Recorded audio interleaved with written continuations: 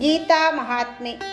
ಸೀದಂತಿ ಮಮ ಗಾತ್ರಾಣಿ ಮುಖಂ ಚ ಪರಿಶುಷ್ಯತಿ ವೇಪಥುಶ್ಚ ಶರೀರೇ ಮೇ ರೋಮಹರ್ಷಶ್ಚ ಜಾಯತೆ.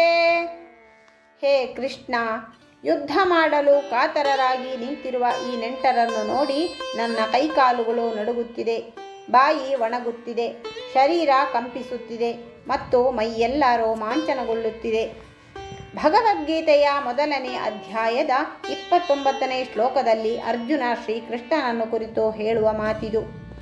ಪ್ರತಿಯೊಬ್ಬ ಮನುಷ್ಯನಿಗೂ ತಾನು ತನ್ನದು ಎಂದರೆ ಎಲ್ಲಿಲ್ಲದ ವ್ಯಾಮೋಹ. ಇಲ್ಲಿ ಅರ್ಜುನ ತನ್ನೆಲ್ಲ ಸಂಬಂಧಿಕರನ್ನು ನೆಂಟರಿಷ್ಟರನ್ನು ನೋಡಿ ಭಾವುಕನಾಗಿದ್ದಾನೆ.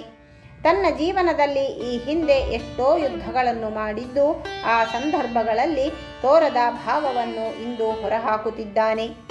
ಇದಕ್ಕೆಲ್ಲ ಕಾರಣ ಇವರೆಲ್ಲ ತನ್ನ ಬಂಧು ಬಳಗದವರು ಎಂಬುದೇ ಹೊರತು ಬೇರಾವ ಕಾರಣವಲ್ಲ.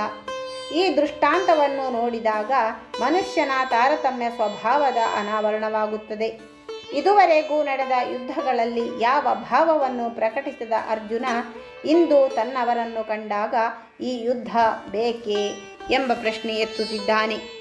ತನ್ನಂತೆ ಪರರ ಬಗೆದೊಡೆ ಕೈಲಾಸ ಭಿನ್ನಾಣವಕ್ಕೂ ಎಂಬಂತೆ ನಾವು ಪ್ರತಿಯೊಬ್ಬರನ್ನು ನಮ್ಮವರು ಎಂಬ ಭಾವನೆಯಿಂದ ನೋಡಿದರೆ ಈ ಪ್ರಪಂಚದಲ್ಲಿ ಯುದ್ಧಗಳು ನಿಲ್ಲಬಹುದು.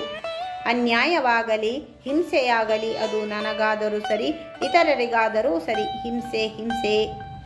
ಇನ್ನೊಬ್ಬರಿಗೆ ಹಿಂಸೆ ಅಥವಾ ಮೋಸ ಮಾಡುವ ಸಮಯದಲ್ಲಿ ಮೋಸ ಹೋಗುವವನ ಅಥವಾ ಹಿಂಸೆ ಅನುಭವಿಸುವವನ ಸ್ಥಾನದಲ್ಲಿ ನಿಂತು ಯೋಚಿಸಿದರೆ ಆ ಹಿಂಸೆ ಮೋಸಗಳನ್ನು ಮಾಡುವ ಮನಸ್ಸು ಬಾರದು.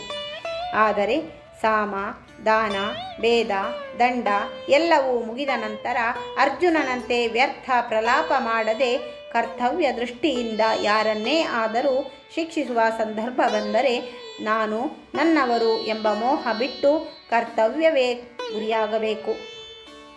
ಯಾವಾಗ, ಎಲ್ಲಿ, ಹೇಗೆ ನಡೆದುಕೊಳ್ಳಬೇಕು ಎಂಬುದನ್ನು ಅರಿಯಲು ಭಗವದ್ಗೀತೆ ದಾರಿದೀಪವಾಗಿದೆ. ಹರಿ ಓಂ.